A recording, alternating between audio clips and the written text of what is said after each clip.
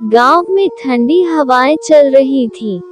सर्दी इतनी बढ़ गई थी कि लोग शाम होते ही अपने घरों में दुबक जाते।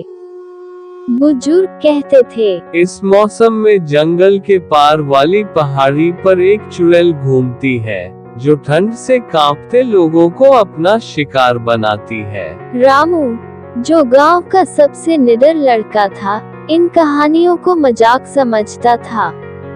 उसने अपने दोस्तों से, अरे चुड़ैल बुड़ैल कुछ नहीं होती, ये सब बड़ों की बनाई बातें हैं, ताकि हम रात में बाहर ना घूमें। एक दिन रामू ने हिम्मत दिखाए और रात को अकेले पहाड़ी की ओर चल पड़ा।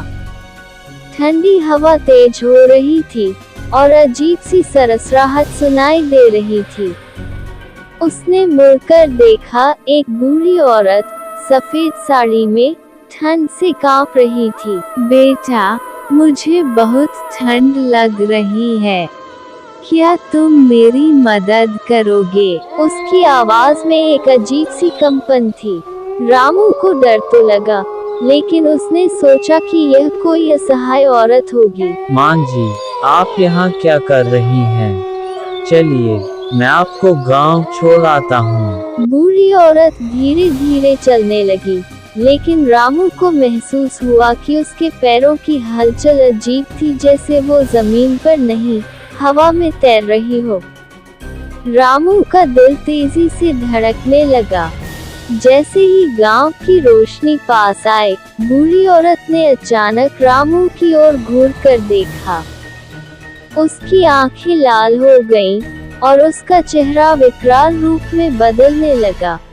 रामू को समझ आ गया कि वह चुड़ैल है। डर के मारे वह चीखता हुआ गांव की ओर भागा। पीछे से चुड़ैल की हंसी गूंज रही थी।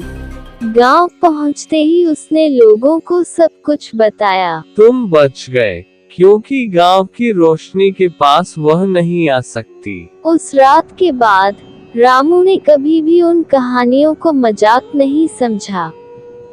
गांव के लोग अब और सतर्क हो गए और सर्दी की रातों में अकेले पहाड़ी की ओर जाने की हिम्मत किसी ने नहीं की।